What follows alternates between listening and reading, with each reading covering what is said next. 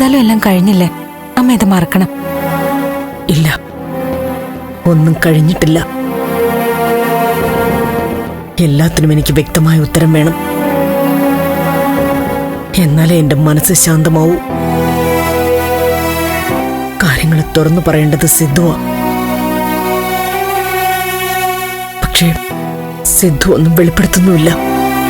അച്ഛനോട് ഞാൻ സംസാരിക്കാം. ഒരു കാര്യവുമില്ല. ഇനി ആര് ചോദിച്ചാലും സിദ്ധു രഹസ്യങ്ങളൊന്നും പറയാനും പോകുന്നില്ല.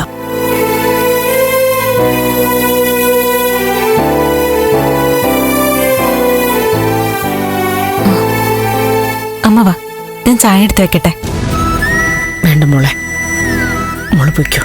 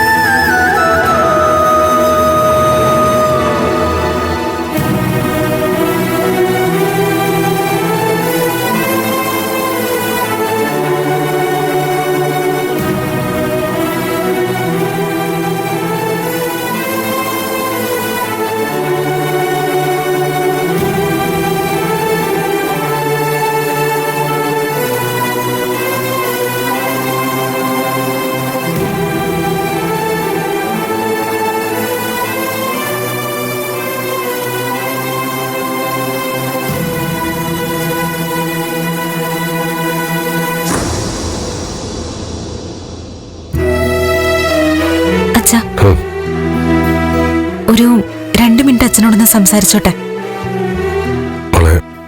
കുറച്ച് കഴിയട്ടെ. അച്ഛനെ ഒന്ന് ഒറ്റയ്ക്ക് വിട്ടേക്ക്. അച്ഛന്റെ വിഷമങ്ങൾ എനിക്കറിയാം. പക്ഷെ അച്ഛ, മറ്റുള്ളവരുടെ വിഷമങ്ങൾ അച്ഛനും ഒന്ന് മനസ്സിലാക്കണം. ഈ വീട്ടിലുള്ളവരുടെ അവസ്ഥ എന്താണെന്ന് അച്ഛന് ഊഹിക്കാൻ പറ്റുമല്ലോ. എല്ലാം എനിക്കറിയാം മോളെ. അതൊന്നും ഇപ്പൊ സംസാരിക്കണ്ട. ഞാൻ പറഞ്ഞില്ലേ, കുറച്ചു സമയം അച്ഛനത് തനിച്ചിരിക്കട്ടെ. അച്ഛ, ഈ വീട്ടിലെല്ലാരും അച്ഛന്റെ അതേ അവസ്ഥയില. അപ്പോ ഇവിടെ എല്ലാരും ഒറ്റയ്ക്കിരിക്കാൻ തുടങ്ങിയാലോ? ഈ വീടിനെ എന്നും ഒരുമിച്ച് കൊണ്ടുവന്ന് നോക്കിയ ആളാ അച്ഛൻ. എല്ലാവരുടെയും വിഷമത്തിൽ ഇടപെട്ട് അതിനൊരു പരിഹാരം കണ്ടുപിടിച്ചിട്ടുണ്ട്. മറ്റുള്ളവർ വിഷമിക്കാതിരിക്കാൻ വേണ്ടിയാ അച്ഛൻ MLA സ്ഥാനം തന്നെ കളഞ്ഞത് അല്ലേ? അന്ന് അച്ഛൻ പറഞ്ഞ വാക്കുകൾ നന്ദു എന്നോട് പറഞ്ഞിട്ടുണ്ട്. ഞാൻ TV-യിലും കണ്ടിരുന്നു. എനിക്ക് വലുതെന്റെ കുടുംബമാ, അതിനേക്കാൾ വലുതല്ല എനിക്ക് MLA സ്ഥാനവും മന്ത്രിസ്ഥാനവും ഒന്നും, അല്ലേ? അങ്ങനെയല്ലേ?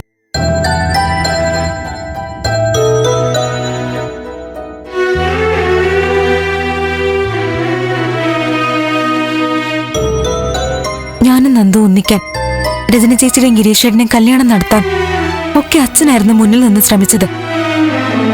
ഒറ്റപ്പെട്ടു പോവാൻ ആരെയും സമ്മതിച്ചിട്ടുമില്ല. എന്നിട്ട് അച്ഛൻ ഇപ്പൊ ഒറ്റയ്ക്കിരിക്കണമെന്ന് പറയുന്നതില് വലിയ കഷ്ടമുണ്ട്. മോള് പറയുന്നൊക്കെ ശരിയാണ്. പക്ഷെ മോളെ, ഞാനിപ്പോ അന്നത്തെ അവസ്ഥയിലല്ല. ആ ആളല്ല, പഴയ സിദ്ധാർത്ഥനല്ല ഞാൻ. നിങ്ങളുടെ കണ്ണിൽ ഞാനിപ്പോ പഴയ അച്ഛനുമല്ല. അങ്ങനൊന്നും ചിന്തിക്കല്ലേ അച്ഛാ. ഇവിടെ ആരും അങ്ങനൊന്നും പറഞ്ഞിട്ടില്ല. നന്ദൂനും രജനി ചേച്ചിക്കും ഒക്കെ അച്ഛൻ കഴിഞ്ഞ് ഇവിടെ ആരും ഉള്ളൂ. അമ്മയുടെ മനസ്സിലും അച്ഛനപ്പുറം മറ്റൊന്നിനും സ്ഥാനമില്ല. പക്ഷേ ഇപ്പൊ എല്ലാവർക്കും വിഷമമുണ്ട്. അത് അച്ഛനും മനസ്സിലാവുമല്ലോ. മകളുടെ പ്രായത്തിലുള്ള ഒരു പെൺകുട്ടി വീട്ടിൽ വന്ന് ബഹളം ഉണ്ടാക്കിയ സംശയങ്ങൾ തോന്നാതിരിക്കും അച്ഛ. ഇതിപ്പോ വീട്ടിൽ വന്നത് മാത്രമല്ല, ഒരു കല്യാണം തന്നെ അലങ്കോലമാക്കി കളഞ്ഞില്ലേ?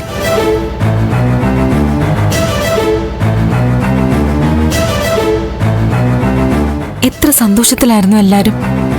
പൊന്നും പണവും ഒന്നും വേണ്ട രജനി ചേച്ചി മാത്രം മതിയെന്നും പറഞ്ഞു വന്ന ഗിരീഷേട്ടനും കുടുംബവും, ജീവിതത്തിലെ ഏറ്റവും നല്ല മുഹൂർത്തം വന്നതിന്റെ സന്തോഷത്തിൽ രജനി ചേച്ചി, പിന്നെ നമ്മളെല്ലാവരും. ആ അവസരത്തിൽ വീണ്ടും ആ പെണ്ണ് വന്ന് എല്ലാം നശിപ്പിച്ചില്ലേ? കല്യാണം നടന്നെങ്കിലും അതിന്റെ സന്തോഷം മുഴുവൻ ഇല്ലാതാക്കി കളഞ്ഞില്ലേ? അച്ഛനാണെങ്കിൽ വ്യക്തമായിട്ടൊന്നും പറയുന്നുമില്ല. പക്ഷെ എന്നിട്ട് പോലും എല്ലാരും അച്ഛൻ തുറന്നു പറഞ്ഞ അത് ഉൾക്കൊള്ളാൻ തയ്യാറായിട്ട് നിൽക്കുക.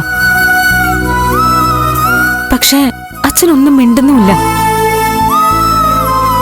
നന്ദുവിനെ അച്ഛൻ തല്ലി. ചിലപ്പോ അച്ഛനെ സംബന്ധിച്ചും നന്ദുവിനെ സംബന്ധിച്ചും ജീവിതത്തിലെ ആദ്യത്തെ സംഭവമായിരിക്കും. അച്ഛനും മകനും തമ്മിൽ ഇത്തരം സന്ദർഭങ്ങൾ ഉണ്ടാവാം എന്ന് കരുതി സമാധാനിക്കാം. പക്ഷെ അച്ഛാ, ഇതിവിടെ കൊണ്ട് അവസാനിക്കണം. നന്ദുവിനെയാണ് അച്ഛൻ തല്ലിയതെങ്കിലും അതിന്റെ വേദന അനുഭവിച്ചത് ഇവിടെ ഓരോരുത്തരുവാ. അച്ഛാ, എല്ലാം ഇന്നത്തോടെ അവസാനിക്കണം. അതിന് അച്ഛൻ തന്നെ വിചാരിക്കണം. അച്ഛനെല്ലാം തുറന്നു പറയണം. സ്വന്തം മക്കളോടും ഭാര്യയോടും ഇങ്ങനെ ഒരു വിഷയം തുറന്നു പറയാൻ ചിലപ്പോ ഒരു വിഷമം തോന്നുമായിരിക്കും. എങ്കിലും അച്ഛൻ എന്നോട് പറയാം. എന്നുവെച്ചാ നീ എനിക്ക് മറ്റൊരാളാണെന്നാണോ? നീ എന്റെ മോളാ. എങ്കിൽ ഈ മോളോട് പറയണം. അച്ഛൻ പറയുന്നത് എന്തായാലും ഞാൻ ഉൾക്കൊള്ളാം. അത് സത്യമാണെന്ന് അംഗീകരിക്കാം. പിന്നെ എന്റെ ഭാഗത്തുനിന്ന് ഇതിനെ സംബന്ധിച്ച് ഒരു ചോദ്യം ഉണ്ടാവില്ല. സത്യം പറയച്ച. മോളെ, ആ പെൺകുട്ടി എന്റെ ആരുമല്ല. സത്യം ഞാൻ എന്റെ ഹൃദയം തൊട്ട് പറയാ, ആ കുട്ടി എന്റെ ആരുമല്ല.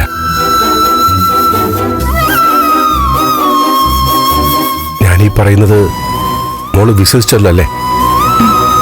അതെ അച്ഛ, ഞാൻ പൂർണ്ണമായിട്ട് വിശ്വസിച്ചു. ഇങ്ങനെ തന്നെ ആയിരിക്കുമെന്ന് എന്റെ മനസാക്ഷിക്ക് അറിയായിരുന്നു. അച്ഛൻ തന്നെ അത് പറഞ്ഞപ്പോ എനിക്ക് സമാധാനമായി. അച്ഛാ, എനിക്കറിയാം അടുത്തുനിന്ന് മോള് ചോദിക്കാൻ പോകുന്നത് ആരാണ് തനുജ എന്നായിരിക്കും. മോളെ, പക്ഷേ അത് പറയാൻ സമയമായിട്ടില്ല. സാഹചര്യങ്ങളും അനുവദിക്കുന്നില്ല. ഞാനത് പറയും, ആദ്യം മോളോട് തന്നെ പറയും. പക്ഷേ അതുവരെ ഒരു സാവകാശം തരണം. ആ കുട്ടി അച്ഛനുമായി ബന്ധപ്പെട്ട ആളല്ലെന്ന് കേട്ടപ്പോ തന്നെ മനസ്സ് നിറഞ്ഞു. 100% അത് സത്യമാണെന്ന് ഞാൻ വിശ്വസിക്കുകയും ചെയ്തു. ഇനി ആ കുട്ടിയുടെ രഹസ്യങ്ങൾ ചോദിച്ച് ഞാൻ അച്ഛനെ ശല്യപ്പെടുത്തില്ല. അച്ഛനെ ഞാൻ വിശ്വസിക്കുന്നു. അമ്മയും മറ്റും ഇതെങ്ങനെ സ്വീകരിക്കുമെന്ന് അറിയില്ല. പക്ഷേ ഞാൻ വിശ്വസിക്കുന്നു. എന്ത് പ്രശ്നത്തിന്റെ നടുവിലെ അച്ഛനെന്ന് എനിക്കോ ഇവിടെയുള്ളവർക്കോ ഊഹിക്കാൻ പോലും പറ്റില്ല. ആരോടോ കാണിക്കുന്ന സഹായമായിരിക്കാം അച്ഛന്റെ മനസ്സിൽ ഒളിഞ്ഞിരിക്കുന്ന രഹസ്യം. പക്ഷേ വിഷമിക്കരുത്. മറികടക്കാനുള്ള മാർഗങ്ങൾ കണ്ടെത്തണം. കുടുംബത്തിലെ അസ്വസ്ഥതകൾ നീട്ടിക്കൊണ്ടുപോയ താളം തെറ്റിയ ബന്ധങ്ങളെ ചേർത്ത് നിർത്താൻ ഒരുപാട് പണിപ്പെടേണ്ടി വരും.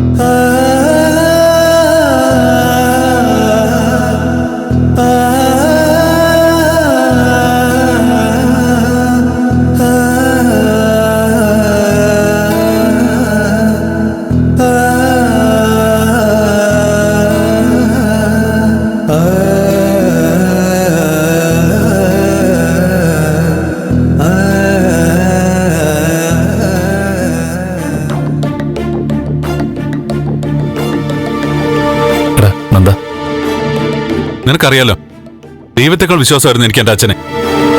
ലോകത്ത് മറ്റാര് തെറ്റ് ചെയ്താലും എന്റെ അച്ഛൻ തെറ്റ് ചെയ്യുക പോയിട്ട് ചിന്തിക്കുക പോലും ഇല്ലെന്നായിരുന്നു എന്റെ വിശ്വാസം. എടാ, ആ വിശ്വാസം മാറ്റേണ്ട സാഹചര്യം ഇല്ല നന്ദ. നോക്ക്, ഏതാപത്തിലും സ്വന്തം കുടുംബത്തെ ചേർത്ത് നിർത്തിയ ആളാ സിദ്ധാർത്ഥൻ സാറ്. എന്നുവെച്ച് കുടുംബത്തിന് വേണ്ടി പലതും ചെയ്തു എന്നുള്ളത് തെറ്റ് കാണിക്കാനുള്ള ലൈസൻസ് ഒന്നുമല്ല. നിനക്ക് നിന്റെ അച്ഛനെ മനസ്സിലായിട്ടില്ല.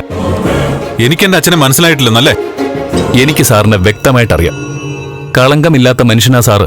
അപ്പൊ പിന്നെ ആ പെണ്ണാരാ? വീട്ടിൽ വന്നു, പിന്നെ ചേച്ചിയുടെ കല്യാണ സ്ഥലത്തും വന്നു. അച്ഛന് വ്യക്തമായിട്ട് അറിയാവുന്ന ആരോ തന്നെ അവള്.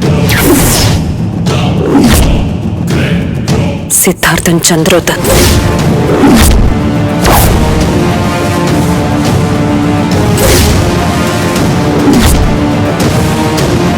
ഏതോ ഒരു സ്ത്രീയെ ചതിച്ചതിന്റെ കഥ പിന്നിലുണ്ട്.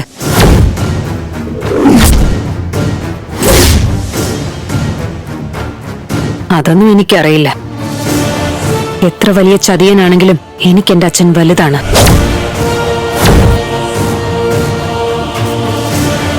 സിദ്ധാർത്ഥൻ ചന്ദ്രോത്തിന്റെ മകളായി ഈ ലോകം എന്നെ അംഗീകരിക്കണം. ഒരുപാട് കാര്യങ്ങളൊന്നും എനിക്കിനി പറയാനില്ല. ഇതെന്റെ ഭാവി ജീവിതമാണ്. ഞാൻ പറഞ്ഞതെല്ലാം നിങ്ങൾ അംഗീകരിക്കുമെന്ന് എനിക്കറിയാം. എന്നെ ഒന്ന് മനസ്സിലാക്കണം.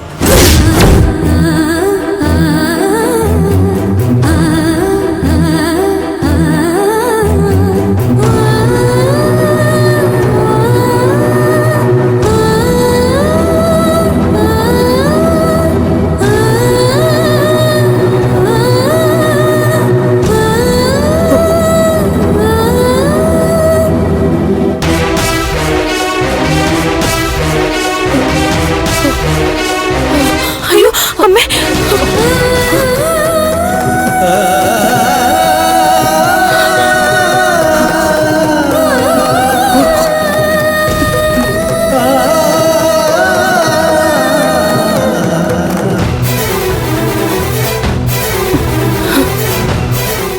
ഇതാരാ?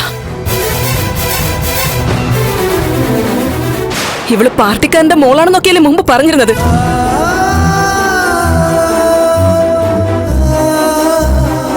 ഇപ്പൊ ഇവള് പറയുന്ന സത്യമാണോ?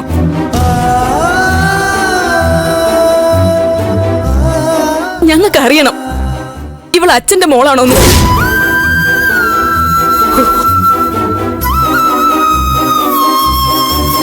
എല്ലാം വ്യക്തമായിട്ട് അറിയാതെ ഞാൻ ഇവിടുന്ന് പോവില്ല.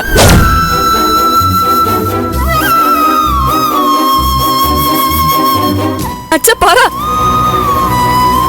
എന്താ ഇത്? ഇവൾ ആരാ? മോളെ, ഇങ്ങനെ മീഡിയയെ കാണുന്നൊന്നും വിശ്വസിക്കരുത്. വ്യാജ വാർത്ത ഉണ്ടാക്കി പണം തട്ടാൻ കുറച്ചുപേർ ഇറങ്ങിയിട്ടുണ്ടല്ലോ.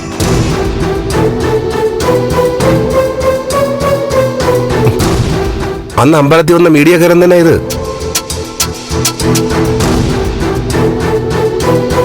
മോളെ, ഇതൊന്നും വിശ്വസിക്കരുത്. വ്യാജ വാർത്ത ഏതൊക്കെ?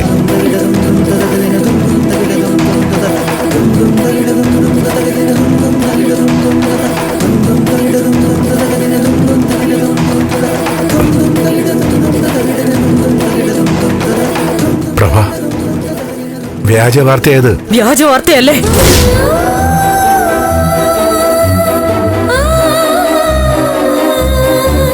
എല്ലാം കള്ളമാണെന്ന് മനസ്സുകൊണ്ട് സമാധാനിച്ചു വരികയായിരുന്നു. കാശിന് വേണ്ടി ഏതോ ഒരു പെണ്ണ് വന്ന് കാട്ടിക്കൂട്ടിയ ബഹളമാണെന്നൊക്കെ സ്വയം ആശ്വസിക്കായിരുന്നു. പക്ഷെ ഇപ്പൊ കാര്യങ്ങളൊക്കെ എനിക്ക് വ്യക്തമായി. അവൾ ഇവിടെ വന്നതും കല്യാണ സ്ഥലത്ത് വന്നതും ഒക്കെ അവളുടെ അച്ഛനെ അന്വേഷിച്ചു തന്നെയായിരുന്നു.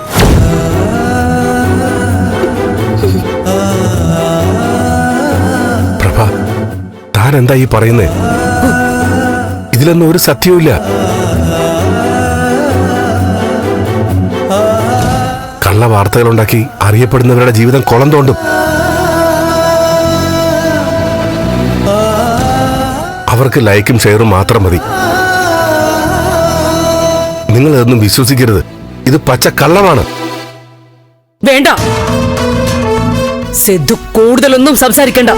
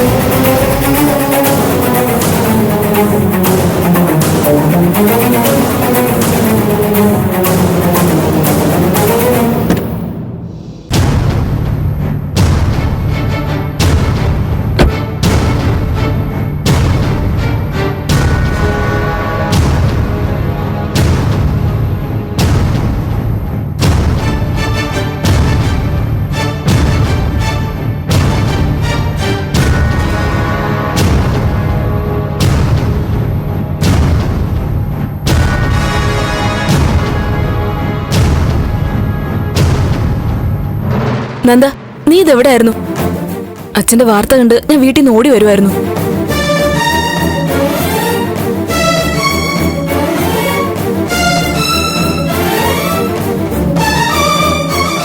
ഫ്ലവേഴ്സ് ടിവിയുടെ സ്മാർട്ട് ഷോയിൽ പങ്കെടുക്കാൻ നിങ്ങളെ ക്ഷണിക്കുന്നു. ഉടൻ തന്നെ ഈ നമ്പറിലേക്ക് വിളിക്കുക. 7593829838. ഫ്ലവേഴ്സ് സ്മാർട്ട് ഷോ ഉടൻ വരുന്നു ഫ്ലവേഴ്സ്.